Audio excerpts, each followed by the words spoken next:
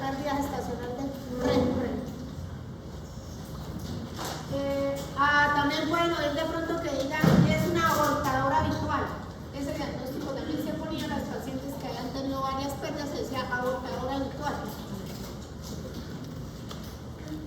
Entonces, ¿cómo definimos qué es un aborto recurrente? Es cuando se pierden, esto es según el Royal College, cuando se pierden 3 o más gestaciones consecutivas antes de la semana 20 y que un peso sea menor de 500 gramos. Pero entonces en Estados Unidos el colegio americano dijo no, ya con 2. Esta 3, esta dice no, ya con 2. Ya podemos hablar de que hay una pérdida gestacional recurrente. Entonces, ya con 2 embarazos que se pierden, pero 2 embarazos documentados. No que la paciente está en la menorrea y luego sangró y abortó. No. Tengo que tener una prueba de embarazo que diga que es un aborto, una ecografía o algo así. En el Reino Unido se considera que sean 3 pérdidas o más.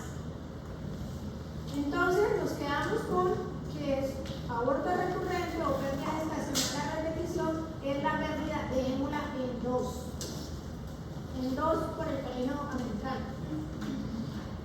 También se dice primario y secundario. Cuando se habla de pérdida gestacional recurrente primaria, cuando la paciente no ha tenido embarazos a término, sino por favor.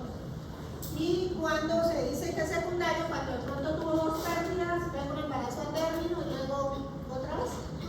Entonces, pérdida gestacional de 2, por lo menos 2 abortos, 2 pérdidas antes de semana 10. Entonces, más o menos puede pasar en 1 a 3% de todos los embarazos, puede ser un aborto. Y esto es muy importante que vean, miren, el 50% de las causas son desconocidas, o sea, todavía seguimos teniendo un porcentaje que no sabemos por qué se produce. ¿Qué me puede producir a mí o por qué me puede llevar una paciente a tener abortos a repetición? La primera, pues puede ser una causa genética, malformaciones genéticas. Anatómica se refiere cuando la paciente tiene problemas de sinequias, de miomas, de tabiques. Endocrino cuando hay problemas, pacientes hipotiroideas, pacientes diabéticas, también me puede llevar a abortos a repetición. Esta es una trombofilia adquirida muy clásica, que es el síndrome de anticuerpos antifosfolípidos. Es una patología que se nos causa abortos a repetición, nos causa bebés con bajo peso, nos causa preeclampsia, nos causa otras cositas también. Factores inmunológicos, de rechazo al periodo hormonal, al periodo fetal. Factores ambientales como que podemos considerar factores ambientales que se nos de cigarrillo, el tabaco, la exposición a la radiación, la violencia también, las 3. ¿Qué otra cosa? Y también el alcohol, el cigarrillo, todo eso, los factores ambientales, las sustancias psicoactivas. Y la incompetencia cervical. La incompetencia cervical se lo dejé acá, pero realmente eso lo van a ver más adelante en una clase más sobre trabajo de parto de término de incompetencia cervical. Que es cuando el cuellito se abre espontáneamente sin ninguna explicación. Entonces, miren el porcentaje de las causas genéticas, pues sí, hay un porcentaje, anatómicas siempre va subtípico, endocrinas, inmunológicas, pero desconocidas, el 50% más o menos no sabemos finalmente la causa. Entonces, cuando no conocemos la causa, a veces el tratamiento es difícil. Cuando uno no sabe por qué pasa, pues a veces es más difícil de manejar. Pero pues siempre que abordemos una paciente con pérdidas a recurrencia o a repetición, pues vamos a tratar de descartar las que sí podemos manejar. Entonces, en los factores genéticos, pues tenemos las anacronías, la edad materna está muy relacionada con estos factores genéticos. Miren, por ejemplo, las pérdidas de mujeres menores de 35 años son un 9-15%. Y miren cómo aumentan cuando son mayores de 40. Bastantísimo. Entonces, cuando los abortos a repetición son en mujeres de ya mayores de 35, 38, 40, no hay que sospechar que puede ser aneuploidía, ¿no? Ya por el tiempo que llevan esos óvulos ahí guardados. Entonces hay más probabilidades de que haya alteraciones cromosómicas. Bueno, eso también es importante en la historia clínica. Cuando las pérdidas son bien tempranas, la sospecha más es que de pronto tenga algo que ver con factores cromosómicos. Y la mayoría pues trisomías, poliploidías, monosomías, bueno, porque conocemos los factores genéticos. Entonces, una de las principales son los factores genéticos. Entonces, miremos acá por edades. Por edades, miren acá la probabilidad de que haya abortos, va aumentando, va aumentando, va aumentando, va aumentando. Entonces, esto en conclusión, ¿qué quiere decir? A mayor edad, más riesgo de aborto, más riesgo de problemas, o sea que los embarazos no los debemos postergar tanto, porque el reloj biológico sigue siendo el reloj biológico. Así la modernidad de la vida nos haya cambiado las cosas, los embarazos no hay que postergarlos tanto, porque hay mucho riesgo de problema en cromosoma. Entonces, bueno, lo mismo, tenemos las monosomías, las trisomías. A mayor edad, más riesgo de tener problemas. En factores anatómicos, ¿qué nos pueden causar abortos? Pues cuando hay septos en el útero, problemas en la formación del útero mullerianos, o sea, el útero solo tiene un solo cuerno, unicornio, didelfo, arqueado, ya les voy a mostrar las imágenes. Cuando hay miomas, cuando hay pólipos y el síndrome de Asherman. ¿Alguien ha oído síndrome de Asherman? ¿Qué quiere decir?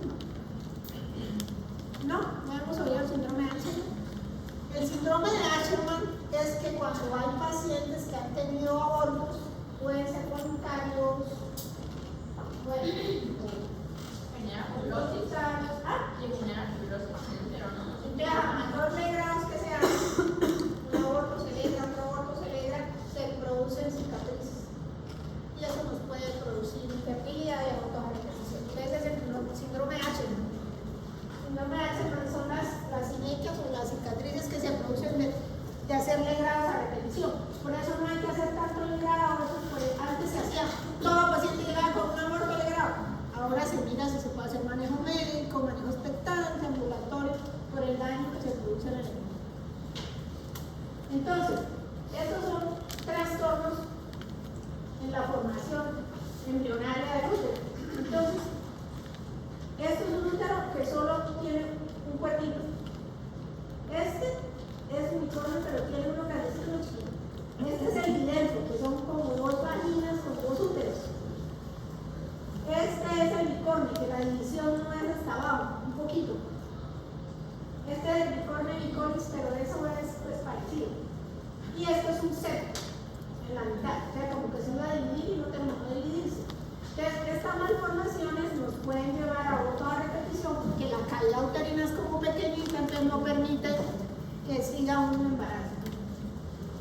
Y estas son las cicatrices del síndrome de Asherman. Allá derecha el bebé se implanta, pero no puede seguir expandiéndose, se pierde el embarazo.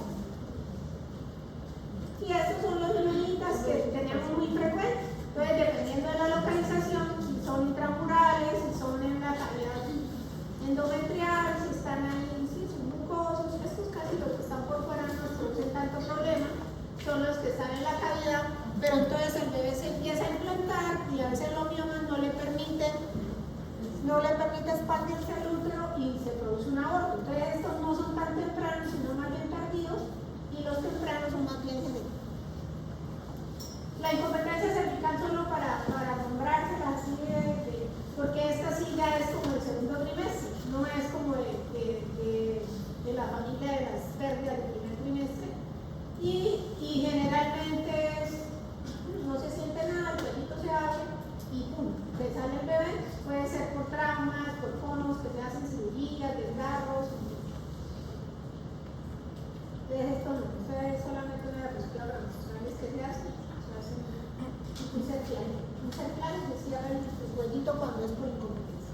Bueno, factores endocrinos, las enfermedades como clásicas, que es la diabetes, una diabetes mal manejada, maltratada, la paciente queda embarazada diabética, con una diabetes que no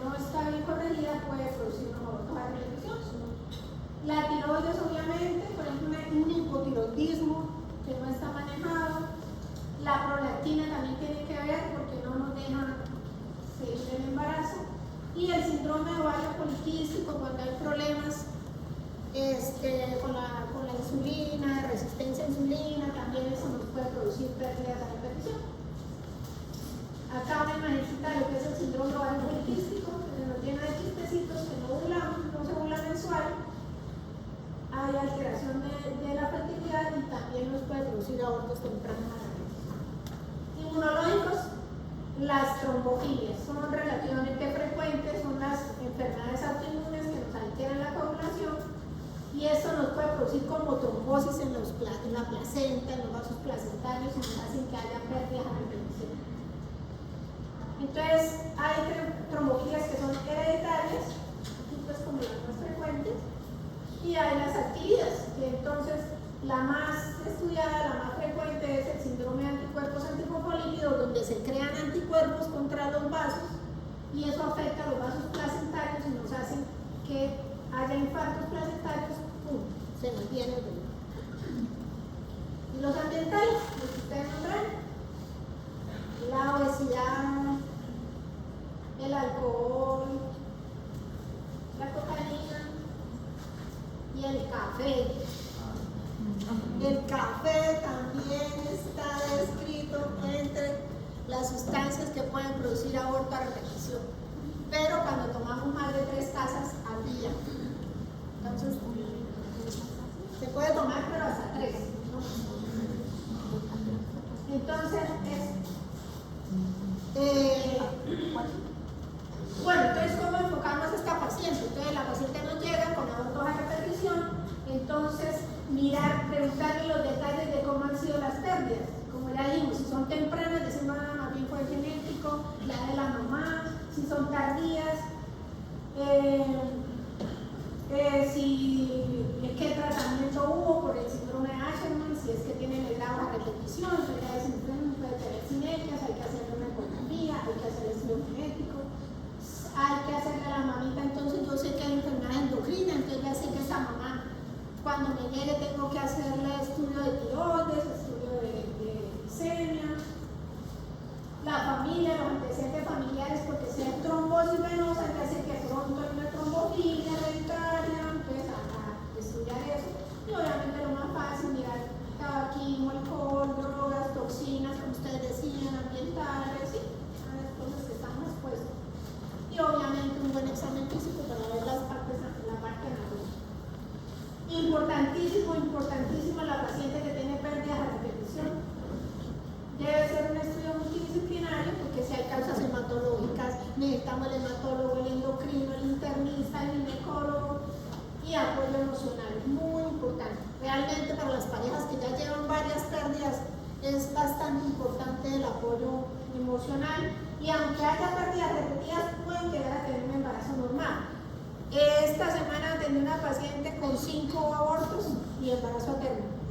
5. Entonces ella ya llegó al momento en que nació el bebé, hizo como una depresión postparto, porque ella decía, yo ya estaba acostumbrada que era una pérdida y ya ver al bebé como que, o sea, me siento rara, o sea, como que yo ya como que... Entonces es muy importante el apoyo emocional para esas pacientes. Entonces los problemas médicos, la diabetes, el hipotiroidismo y la prolactina, ¿no? Lo básico de pedirles a las mamitas, de estudiarles pacientes diabéticas, ¿verdad? He visto pacientes diabéticas con abortos a repetición, se les maneja su diabetes y bien, lo mismo las tiroides, y la prolactina es fácil de manejar, fácil de diagnosticar, le ponemos cabergolina, prolactina. También se ha visto, ustedes ahora pues en otra clasecita mirando lo que es el ciclo menstrual, pero a veces en la parte de la segunda fase del ciclo, a veces la progesterona no está a los niveles adecuados y eso a veces se ha relacionado con las pérdidas recurrentes. Entonces hay varios estudios para mirar cómo está la progesterona y si hay déficit de progesterona le ponemos a esa pacientica una ayuda de progesterona al principio del embarazo. Pues la evaluación genética ya sí es con cariotipo, con análisis pues, citogenético del tejido. Eso a veces pues, no en todas partes se puede hacer, pero es lo que se debería hacer cuando hay pérdida de repetición. Y las anomalias uterinas, entonces es fácil, le hacemos o una ecografía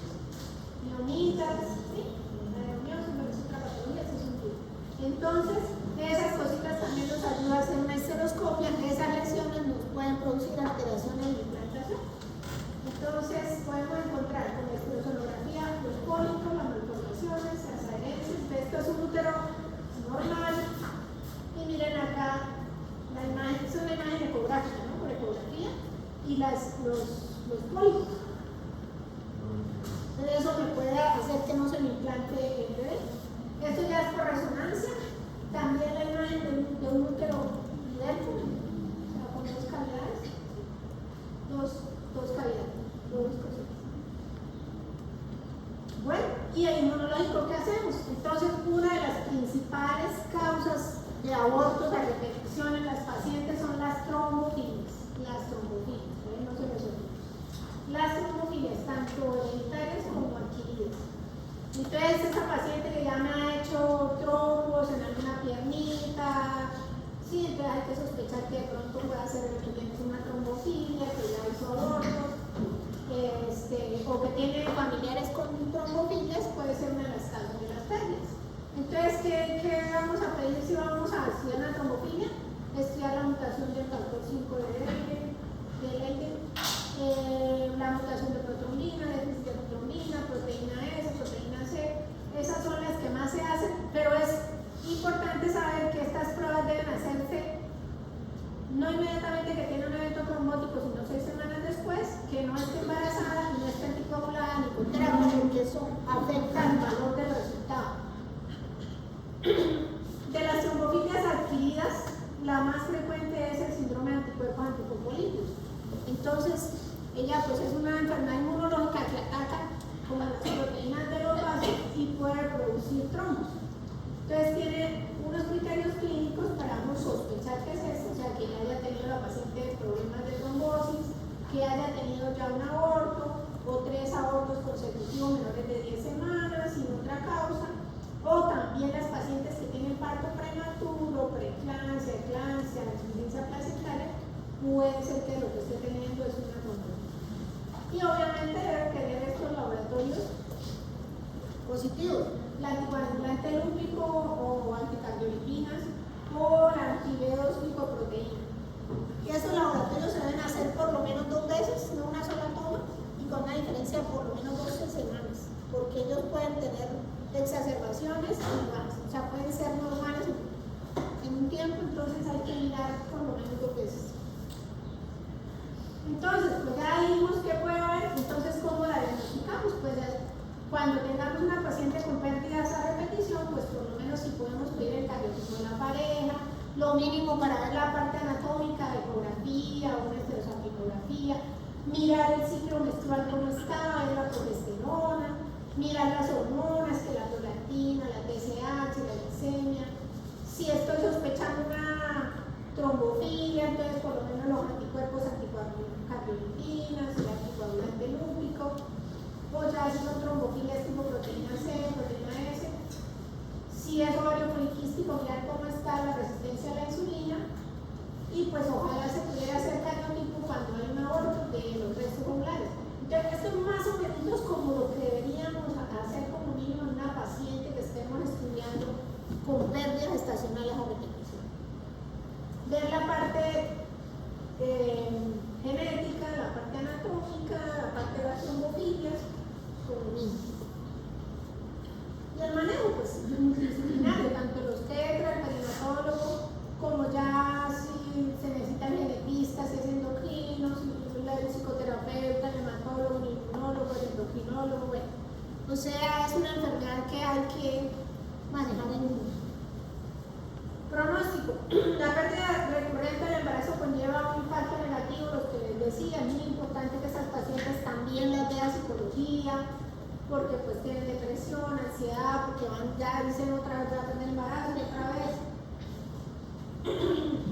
Y pues los dos factores más importantes es la edad materna, que si es a medida que aumenta la edad, más problema de tener abortos y más pérdida, ¿no? Entonces, la edad, recomendarles a las pacientes también es muy importante, pues que no posterguemos tanto la edad de los embarazos por el riesgo que tenemos de pérdida. Bueno, listo, eso era lo que les iba a decir, o sea, más bien como un poquito resumido para no llenarlo de tanta información, pero pues que tengan en cuenta que cuando una mamita ya tiene ha tenido ya 2 pérdidas espontáneas y no inducidas, es importante hacer el estudio de la causa de las pérdidas. ¿Hay alguna pregunta sobre lo que